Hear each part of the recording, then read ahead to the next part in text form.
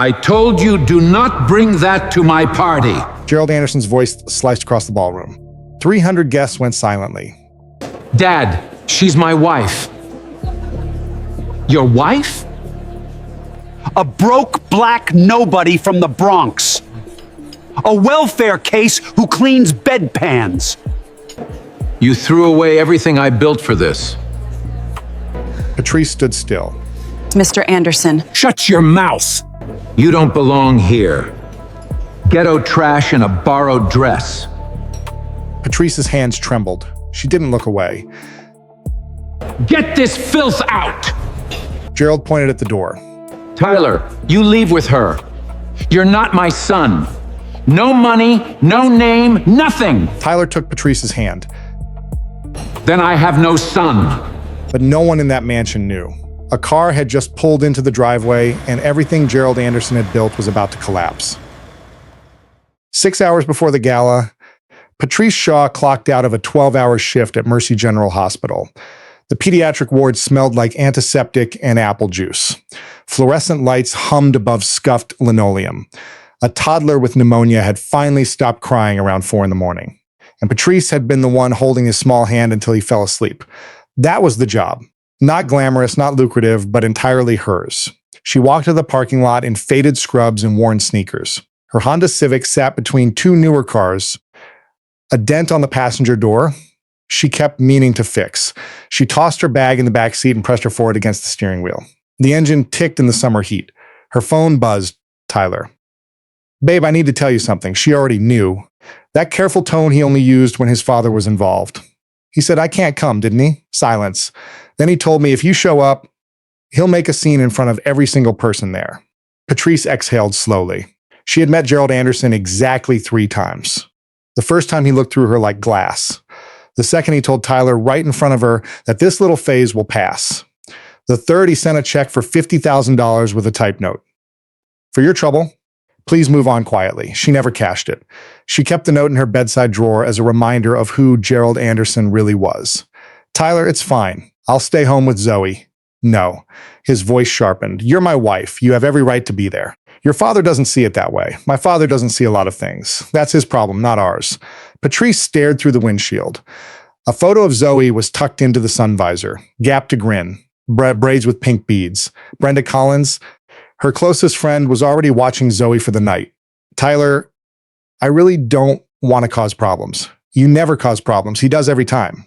A pause. I bought you a dress. It's on the bed.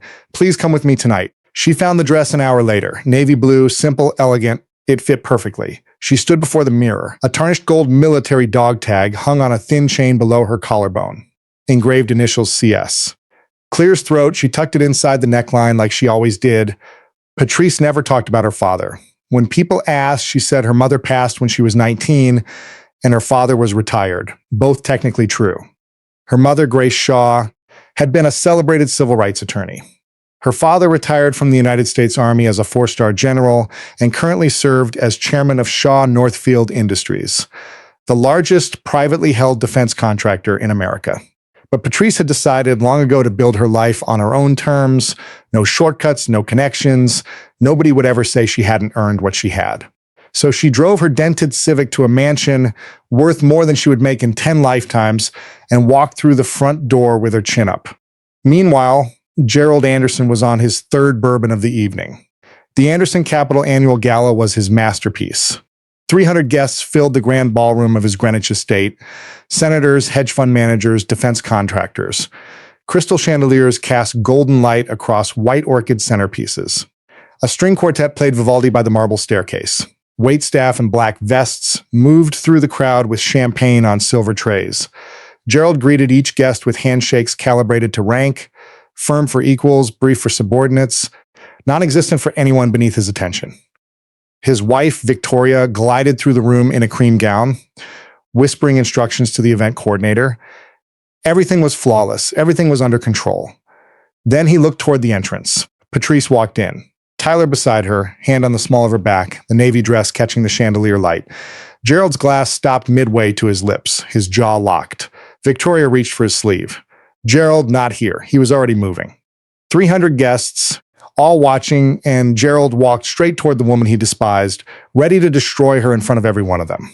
What he did not know, what his guest coordinator had failed to mention, was that the last name on tonight's VIP list had confirmed just 20 minutes ago. Cornelius Shaw, chairman, Shaw Northfield Industries. Table 1. The ballroom had been designed to impress. Vaulted ceilings with hand-painted pastoral scenes, Italian marble floors polished until they reflected the chandeliers like still water. The scent of orchids and cologne hung in the warm air. 300 of the most powerful people in the Northeast stood with champagne in their hands. Every single one of them watched Gerald Anderson cross that floor. His shoes clicked against the marble, sharp, deliberate, like a countdown. No one could stop. Tyler saw him coming. He stepped in front of Patrice. His hand found her elbow, not hiding her, shielding her. "Dad, before you say anything, I told you." Gerald's voice was low, almost a whisper, but designed to carry. "She was not welcome tonight. I gave you one instruction, and you defied me. In my own house, at my own event, in front of every person I know, she's my wife. She has every right, right?" Gerald's voice climbed, controlled, surgical. "She has no rights in this house, no rights in this family, no rights in this room. She has no rights anywhere near me." He turned to Patrice, looked her up and down slowly. The way a man inspects something he's decided to throw away. Nice dress. Who paid for it? Because you certainly didn't. Not on what they pay nurses at a public hospital. Patrice met his eyes. "I'm not here to fight with you, Mr. Anderson. You're not here at all." That's the point. Gerald tugged each cuff with practiced precision. "You were told this event is for people of a certain caliber. People with education, people with breeding, people with something to contribute to society. And you walked in anyway, like you belong among these people. She does belong." Tyler's voice cracked. "She belongs in the Bronx." Gerald raised one finger in a welfare line, a second finger, "Anywhere on earth except next to my son in front of people who matter." A third finger jabbed the air with each word. Murmurs rippled through the nearest guests. A woman in diamonds whispered behind her hand. Two men near the bar exchanged uneasy glances. A couple near the quartet pretended to study their programs. No one intervened. No one stepped forward. 300 people, and not a single spine among them. That was the thing about rooms full of powerful people. They were experts at watching other people suffer in silence. Gerald reached into his jacket and pulled out a folded document, cream paper, heavy stock. He held it up between two fingers like a verdict already decided. "Since he can't take a hint, let me make this official." He placed it on the nearest cocktail table. White linen and abandoned champagne flute sweating beside it. "Post-nuptial agreement. My attorneys drafted it this morning. 32 pages. He tapped the cover. "It states that you, Patrice Shaw, or whatever your name was before you latched onto my son, waive all claims to Anderson family assets. Every trust, every property, every account, every dollar this family has ever earned." Patrice looked at the document. She did not touch it. "Any child from a previous relationship gets zero. Not a cent. Now or ever. You're talking about my daughter." Something behind Patrice's eyes went very still, very sharp. "I'm talking about protecting 3 generations of Anderson legacy from someone who showed up with nothing and expects everything in return." Tyler grabbed the document, flipped through the pages. His face cycled through white, then red, then something much darker that had no name. There's a clause saying, "Patrice needs your written approval to attend any family event." Any event? Christmas? Birthdays? Funerals? From who? From me. Another says if she's deemed publicly embarrassing, the marriage can be annulled with 0 compensation. She gets nothing. Who decides what's embarrassing? I do. Tyler stared at his father. His hands shook with rage. This isn't a legal document. It's a cage. It's a choice. Gerald clasped his hands behind his back. She signs tonight. She stays back table, eats quietly, keeps her mouth shut, pretends she belongs. In exchange, she gives up every legal claim to the Anderson name. He leaned close to Tyler, close enough for the bourbon to hit his face. Close enough that only Tyler could hear the next words. "You think I'm bluffing? I've already called the bank. 1 phone call and your accounts are frozen by morning." Then louder for everyone. "Or she doesn't sign and you lose everything. The trust $800 million. Tyler gone. Your VP position gone. The apartment I own gone. Your inheritance, your future, your name, everything you have ever known." He stepped back and spread his arms, addressing the entire room. "Now, let me be clear for everyone here tonight. My son has chosen to marry a broke, uneducated black woman from public housing who has nothing to offer this family except shame and embarrassment. I want every person in this room to see the judgment my son has demonstrated. The words hit the room like a slap across the face. Guests stared at their shoes. One woman covered her mouth. A senator found his phone suddenly fascinating. A waiter froze mid-step, champagne trembling on his tray. The string quartet stopped playing. The last note wavered in the air and died. Nobody spoke. 300 people in designer gowns and tailored suits stood there and said absolutely nothing. The silence was thick, deliberate, and profoundly cowardly. It filled the room like smoke. Patrice stood still, fingers pressed into her palms hard enough to leave marks, but her face gave nothing away. She had learned long ago in hospital hallways and waiting rooms, in every room where someone decided she didn't belong before she opened her mouth. That crying in front of people who want to see you break is the moment they win. She would not cry, not here, not for him, not in front of these people who would tell the story at brunch tomorrow, Mr. Anderson. Her voice cut through the silence, quiet and clear. I graduated Magnum Law from Columbia School of Nursing. I have worked pediatric critical care for 6 years. I have never taken $1 from your family, never asked for anything from anyone in this room. And I did not come here tonight to be humiliated. Gerald smirked slow and deliberate, and yet here you are being humiliated. Funny how that works. Guests near the back laughed. Short, nervous laughs, but laughs. The sound bounced off marble and landed on Patrice like thrown stones, each laugh a small, ugly choice someone made in that moment. Tyler ripped the agreement in half. The sharp sound of tearing paper cut through the ballroom and silenced everything instantly. We're done. Gerald's smirk vanished. Excuse me, we're done. Tyler dropped the torn pages on the marble floor. I'm not signing. She's not signing. And I am done pretending you are anything other than what you are. Gerald's face went from composed to furious. A thick vein pulsed at his temple, his fists clenched at his sides. You're choosing her over everything I built for you. I'm choosing decency over you. The room held its breath. Gerald nodded slowly. He turned to face 300 frozen guests one final time. Then hear me clearly. As of this moment, you are no longer my son, removed from the family trust entirely. Terminated from Anderson Capital, effective immediately, vacate the apartment by end of week. You will never set foot in this house again. I will forget I ever had a son. He looked at Patrice, eyes cold and flat like river stones. Take him. You wanted him. Now you have him, with absolutely nothing. Victoria stood near the staircase, champagne untouched, face a porcelain mask. She watched her only son be disowned in front of 300 people and did not move, did not speak, did not even blink. Dorothy Mitchell, Gerald's older sister, sat at a corner table. Tears ran silently down her cheeks. She gripped her napkin until her knuckles went white, opened her mouth to speak, closed it, and slowly looked away. Tyler took Patrice's hand, fingers locked together tightly. He straightened his shoulders and turned toward the exit without a single word. Patrice walked beside him, back straight, chin up, the navy dress catching the warm chandelier light one final time as they passed through the silent crowd. 10 steps from the door, Gerald called out loud enough for every person in the ballroom. You'll be back. When the money runs out and she shows you what she really is, you'll come crawling back. They always do. Tyler didn't turn around.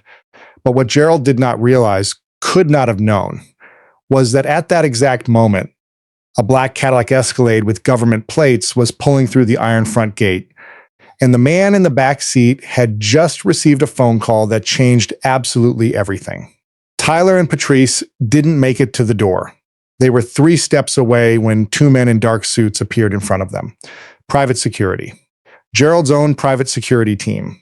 Arms folded, faces blank, built like concrete walls stuffed into tailored jackets. Neither of them looked at Patrice or Tyler. They just stood there, blocking the exit like this was routine. Nobody leaves until I say so.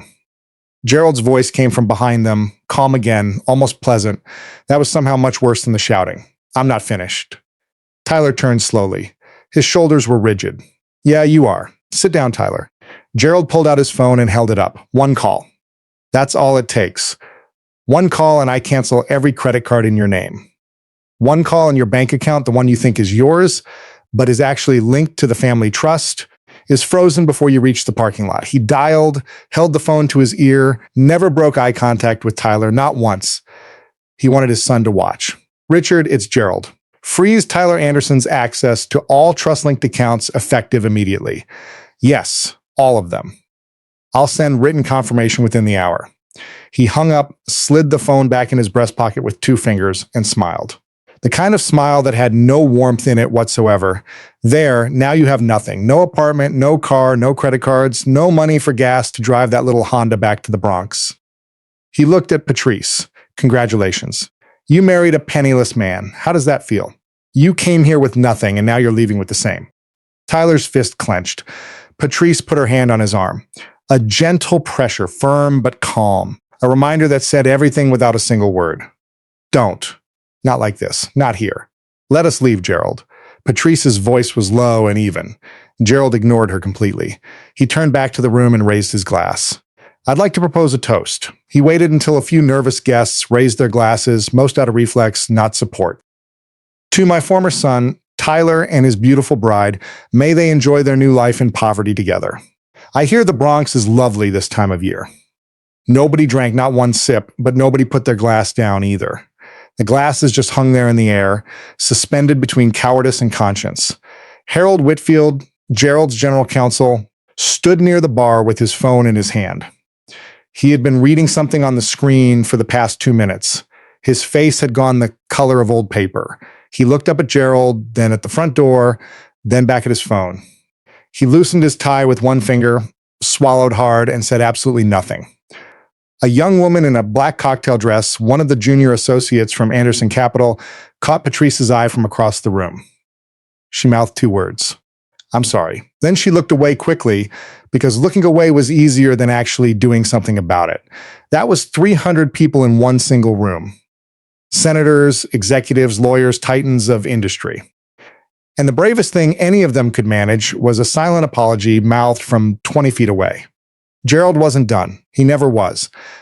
Men like Gerald Anderson didn't stop when they had won. They stopped when they had destroyed. He walked to the cocktail table where the torn postnuptial agreement lay in pieces. He picked up the halves, held them up for the room to see. You see this? My son just tore up his future. 32 pages of protection for this family, ripped apart for a woman who brings nothing to the table except a nursing certificate and someone else's child. He dropped the pieces on the floor and stepped on them, ground them under his heel against the marble. That's what your marriage is worth to me. That's what your choice is worth. Less than the paper it was printed on. Victoria finally moved.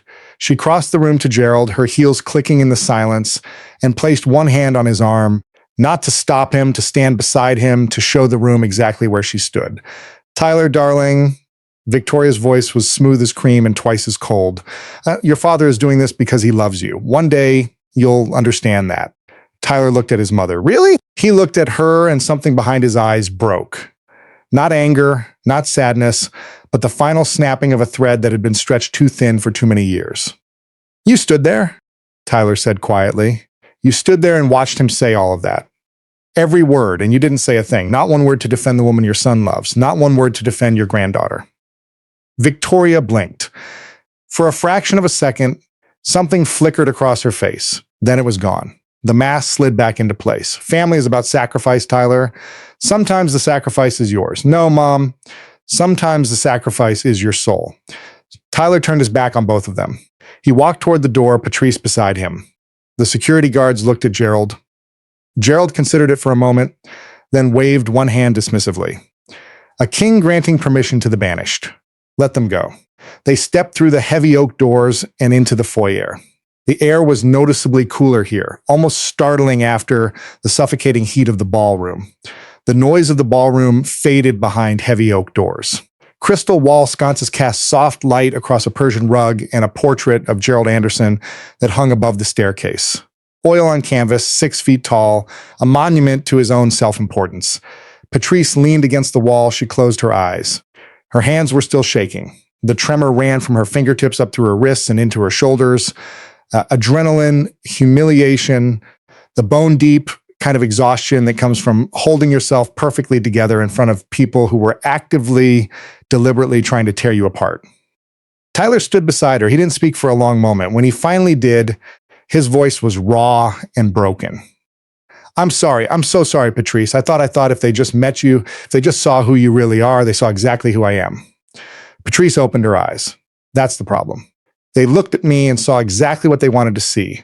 Nothing I said in there would have changed a single mind. Tyler pressed his forehead against the wall. I have nothing now. He actually did it. He cut me off. You have me. Patrice's voice was soft. And I have you and we have Zoe.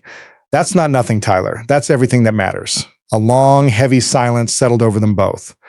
Then Tyler looked at her. Should I call your dad? Patrice hesitated. She touched the dog tag through the fabric of her dress, CS, her father's initials warm from her skin. She had spent her entire adult life keeping her father's identity separate from her own.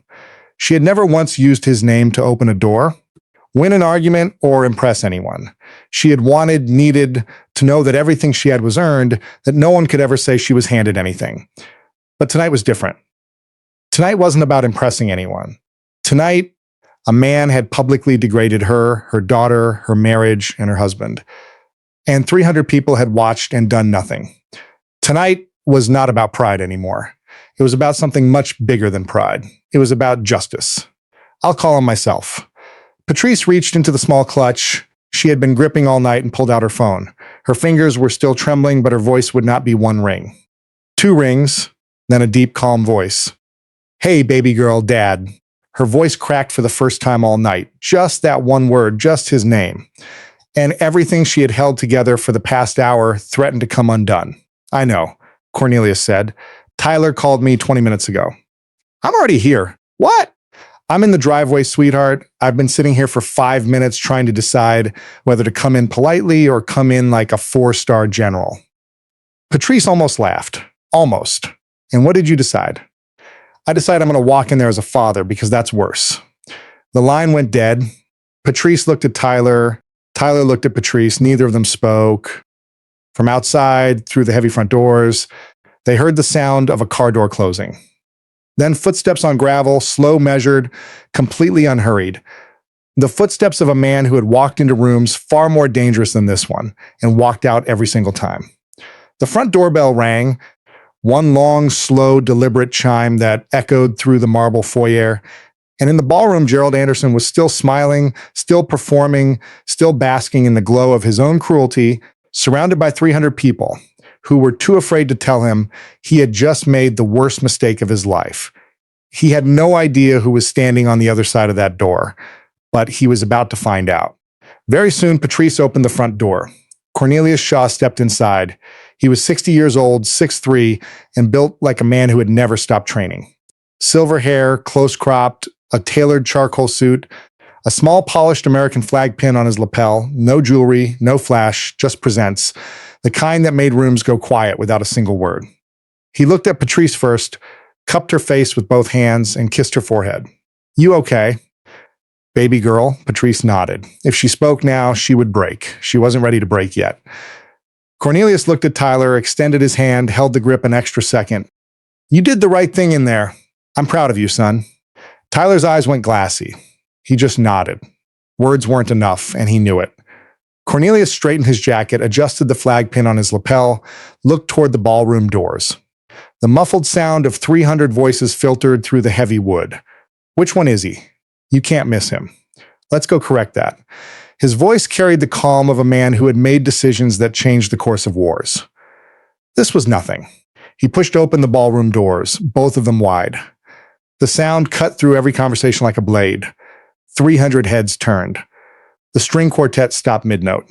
Cornelius Shaw walked into that ballroom the way a 4-star general walks into a Pentagon briefing, unhurried, deliberate, every step communicating one thing. I am not here to ask permission. Gerald was near the bar, bourbon refreshed, laughing with a hedge fund manager about something that wasn't funny. He glanced toward the entrance. His laugh died in his throat. He recognized the face immediately. Not from family photos, not from Patrice. From the Pentagon Procurement Gala 2 years ago, where Gerald had waited 45 minutes just to shake this man's hand.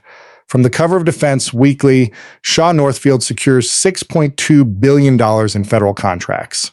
From the framed photograph in Harold Whitfield's office. Cornelius Shaw beside the Secretary of Defense, both men holding the kind of power that made Gerald's fortune look like pocket change. Gerald's face drained of color in stages. First the bourbon flush faded, then the confidence left his jaw. Then his eyes went wide with the first horrible spark of recognition. Cornelius crossed the floor. The crowd parted without being asked. They didn't know who he was, but every person in that room knew what authority looked like when it walked toward you. He stopped directly in front of Gerald, close enough that Gerald had to look up to meet his eyes. Gerald. The voice was deep, unhurried, and carried to every corner of the silent room. We've met before twice. Once at the Pentagon Gala, waited 45 minutes to introduce yourself to me. Once when your office called mine 3 times in 1 week, begging for a contract extension. Gerald's mouth opened, nothing came out. His bourbon hand trembled visibly. A drop of whiskey slid over the rim and landed on his polished shoe. Harold Whitfield by the bar closed his eyes. He had known for 20 minutes. A Google alert. Sean Northfield chairman confirms attendance at Anderson Capital Gala. He hadn't warned Gerald, lawyers always know when to build distance from a sinking ship. Cornelius continued. He didn't raise his voice. He didn't need to. The absolute silence of 300 people did the work for him. My daughter, the woman you called ghetto trash, the woman you called filth, the woman you ordered removed from this room is Patrice Elaine Shaw, my only child, a magna cum laude graduate of Columbia, a pediatric critical care nurse who has saved more lives in 1 year than everyone in this room combined, and the most decent, courageous human being I have ever known. He paused. Let every word settle like stones dropping into still water. She chose not to use my name. She chose to build her life without my money, my connections, or my reputation. She wanted to earn everything on her own terms. And she did. Every single thing she has, she earned with her own hands. Cornelius reached into his jacket, pulled out a single business card, cream-colored, heavy stock. He placed it on the bar in front of Gerald with 2 steady fingers. Gerald looked down at the card. Cornelius A. Shaw, chairman, Shaw Northfield Industries, the same Shaw Northfield that held a $3. $2 billion defense contract with Anderson Capital Holdings, the contract representing 40% of Anderson Capital's annual revenue. The contract that, if pulled, would collapse Gerald's company like a house of cards in a hurricane. Gerald's knees buckled. He grabbed the edge of the bar with both hands to keep himself standing. The bourbon glass slipped from his fingers and shattered on the marble floor. Sharp and final like a gavel coming down on a verdict that could never be appealed, 300 guests stood in absolute silence. Nobody moved, nobody breathed, nobody dared. The room smelled of spilled whiskey and the unmistakable scent of a man's world falling apart. And Cornelius Shaw stood perfectly still, watching Gerald Anderson realize in front of every single person who mattered to him that the woman he had just tried to destroy was the daughter of the man who held his entire world in the palm of his hand. The silence lasted 6 full seconds. In a room of 300 people, 6 seconds feels like an hour. Then Gerald moved. He had to. Standing still meant accepting what had just happened. He released the bar, straightened his jacket with hands that wouldn't stop shaking, tried to reassemble the mask, the CEO mask, the patriarch mask, but it wouldn't fit anymore. It had shattered alongside the bourbon glass. General Shaw. Gerald's voice came out thin, reedy, a voice no one in that room had ever heard from Gerald Anderson before. Small, uncertain, afraid. There's been a terrible misunderstanding. I had no idea. No idea. Cornelius didn't blink. You had no idea she was someone's daughter. Or you assumed no one who mattered would ever find out how you treat people you consider beneath you. The things I said, they were in the heat of the moment. Family emotions run high. You drafted a 32-page legal document this morning. Cornelius's voice was quiet and devastating. You positioned security at the exits. You froze your son's accounts with a phone call. That is not the heat of the moment. That is premeditation. The room was so quiet you could hear ice melting in abandoned drinks. Gerald tried again. He stepped forward, one hand extended in a gesture that was meant to look collegial, but came across as desperate. Cornelius, surely we can discuss this privately. There's no reason for this to affect our business. Sean Northfield and Anderson Capital have a long, productive history. You're right, we do. Cornelius looked at the hand. He did not take it. He let the hand hang in the air between them unanswered. And that history ends tonight unless I hear something in the next 60 seconds that convinces me you are not the man you just showed this room you are. Gerald's hand dropped. His eyes darted around the ballroom, searching for an ally. He found nothing. 300 faces looked back with expressions ranging from pity to disgust. Not one person stepped forward. Victoria walked to Gerald's side. She turned to Cornelius with a practiced smile. "General Shaw, perhaps we can arrange a meeting next week. Once cooler heads, Mrs. Anderson." Cornelius cut her off. "I watched you stand by a staircase and say nothing while your husband humiliated my daughter and disowned your son. Do not speak to me about cooler heads." Victoria's smile crumbled like wet plaster. Cornelius pulled out his phone, dialed. The room heard every word. "Andrew, it's Cornelius. Full review of every Shaw Northfield contract with Anderson Capital, every subcontract, every clause, every renewal, board briefing on my desk by 9 a.m. Monday."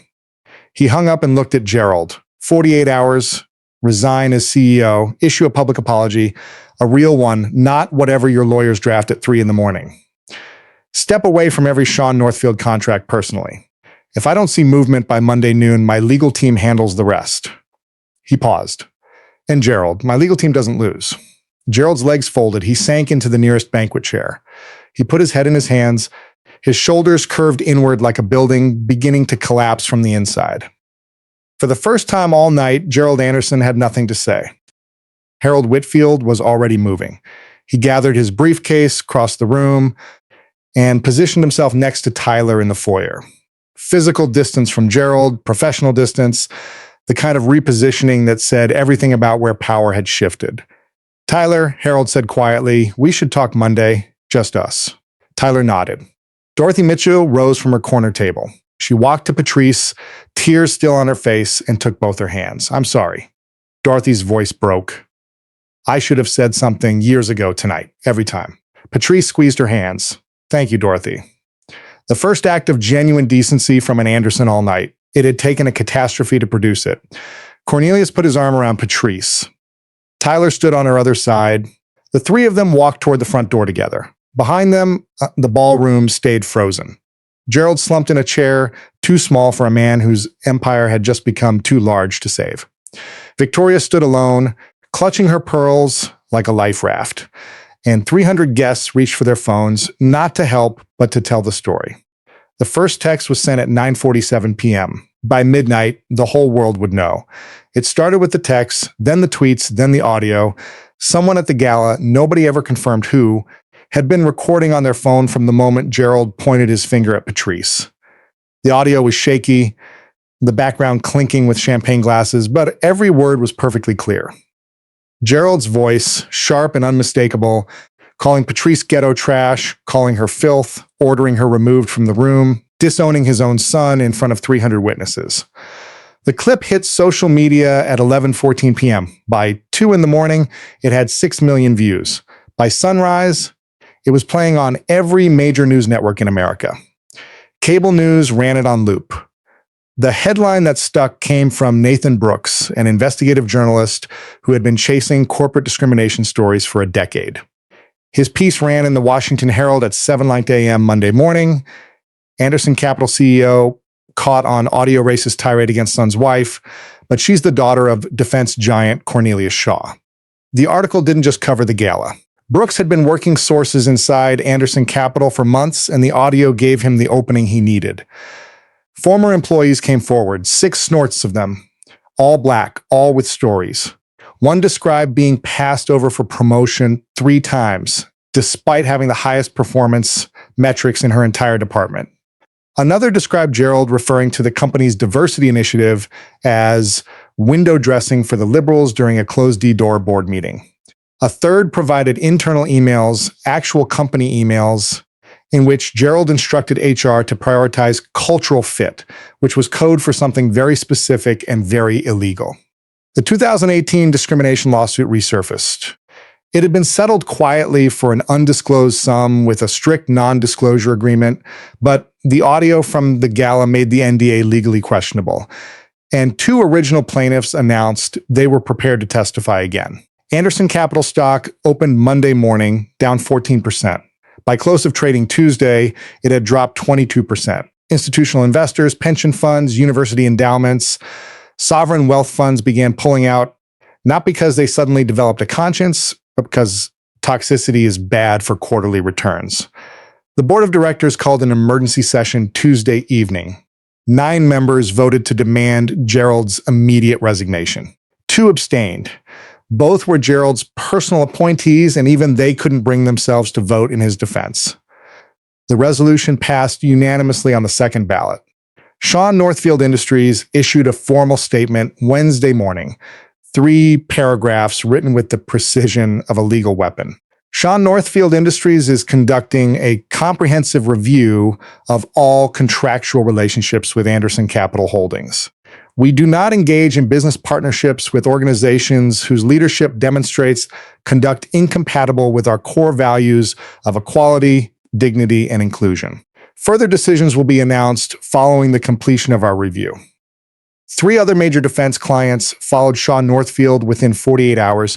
Total contracts frozen $5.1 billion. Anderson Capital's entire operational model depended on those contracts. Without them, the company wasn't just shrinking. It was hemorrhaging from every artery. Gerald's personal attorney, Douglas Crawford, advised him to resign immediately. Gerald resisted for 24 hours. He sat in his study in the Greenwich mansion, calling board members one by one, trying to negotiate, threaten, or charm his way back to control. Nobody answered. Every single call went to voicemail. The silence on the other end of those phone lines was louder than anything Gerald had ever heard. Victoria finally broke through Wednesday night. She walked into his study at 11 p.m. in her robe and said 5 words that ended the argument. If you don't resign, we lose everything. The estate, the accounts, the name, all of it. Gerald, he resigned Thursday morning. The public apology was recorded in his home office.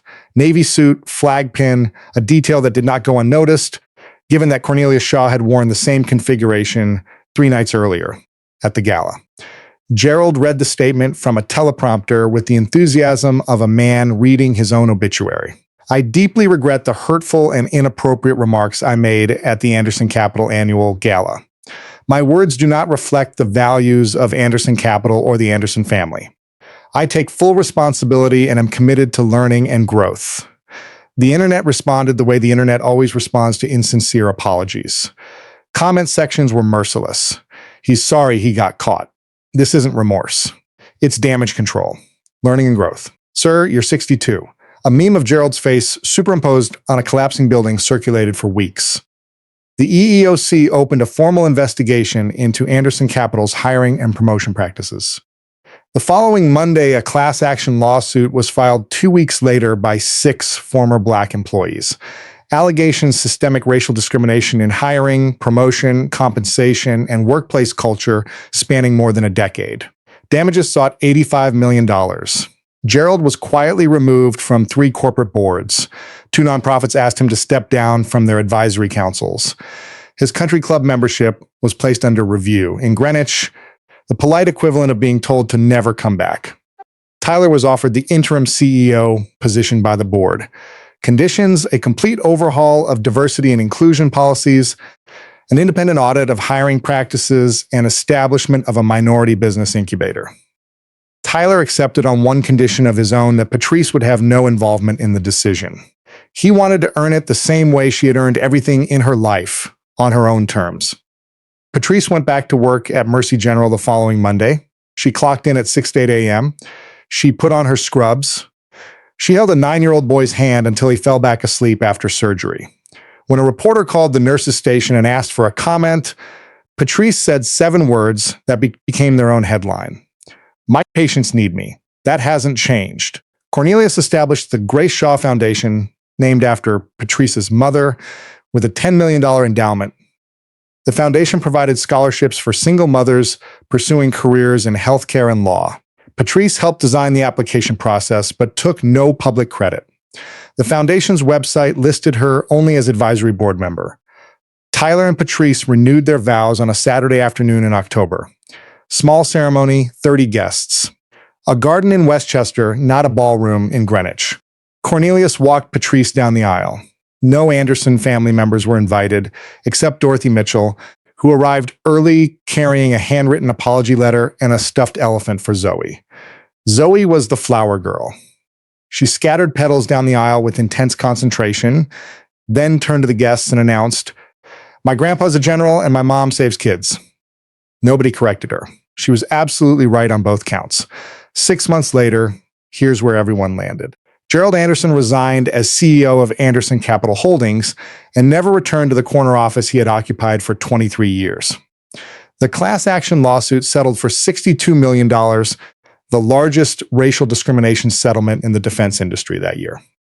The EEOC investigation resulted in a consent decree requiring mandatory anti-discrimination training, an independent diversity compliance officer, and quarterly federal reports for 5 years. Gerald's net worth dropped from $2.1 billion to roughly $800 million after the stock crash, settlement, and legal fees. He moved out of Greenwich into a smaller home in upstate Connecticut. Court records show he was ordered to complete a 12-session diversity education program. He attended every session. He sat in the back row. He finished it in complete silence. Victoria Anderson filed for divorce 4 months after the gala. In her deposition, she testified that Gerald had used racial slurs routinely and without hesitation in private for decades. She stated she had remained silent out of financial dependence, not agreement. The court awarded her $180 million. She relocated to Palm Beach, cut all ties with the Anderson name, and never spoke publicly about the incident again. Tyler Anderson was confirmed as permanent CEO following a unanimous board vote. Under his leadership, Anderson Capital established a minority business incubator, funding 12 Black-owned startups in its first year. He hired the company's first Black executive vice president, Carolyn Edwards, who had been rejected twice during Gerald's tenure. Anderson Capital stock recovered within 18 months and reached an all-time high, surpassing even the peak under Gerald's leadership. When a reporter asked what changed, Tyler gave an answer that became its own headline: the leadership. Everything else was already there. Patrice Shaw Anderson continued working at Mercy General Hospital. She was promoted to head pediatric nurse 8 months after the gala, a promotion her supervisor openly called overdue by 2 years. She and Tyler bought a home in Westchester, 4 bedrooms, a backyard with a swing set, modest by Anderson standards, perfect by theirs. Patrice never gave a single interview about the gala. Her only public statement remained those 7 words, "My patients need me." That hasn't changed. Cornelius Shaw retired from Shaw Northfield the following spring. The company reinstated its contract with Anderson Capital under Tyler's leadership, with new terms requiring annual diversity audits. Cornelius now splits his time between the Grace Shaw Foundation and his granddaughter. He picks Zoe up from school on Tuesdays. They get ice cream at the same shop every week. He tells her stories about her grandmother, Grace, about her courage, about her kindness, about the cases she fought that changed people's lives. He makes sure Zoe knows exactly where she comes from. Harold Whitfield resigned from Anderson Capital quietly and joined a mid-sized firm in Boston. He never once commented publicly. Dorothy Mitchell became the only Anderson family member to maintain a relationship with Tyler and Patrice. She visits every month without fail. She always brings something small for Zoe. It is the most honest apology she knows how to give. And Gerald Anderson sits today in a house in upstate Connecticut that is significantly smaller than the one he lost. No staff, no security team, no gala invitations, no one calling to ask his opinion on anything. He has not spoken to Tyler in over a year. The last known photograph of him shows a man at a court-ordered diversity seminar, sitting in the back row of a community college classroom, wearing a visitor badge clipped to his shirt, learning the kind of basic lessons about human dignity and respect that most decent people understand by the age of 5. So here's my question for you. If you were in that ballroom standing among those 300 guests and you watched Gerald tear into Patrice, would you have been Dorothy sitting in silence with tears running down your face? Or would you have been the one person in the room who stepped forward and said something? Drop your answer in the comments.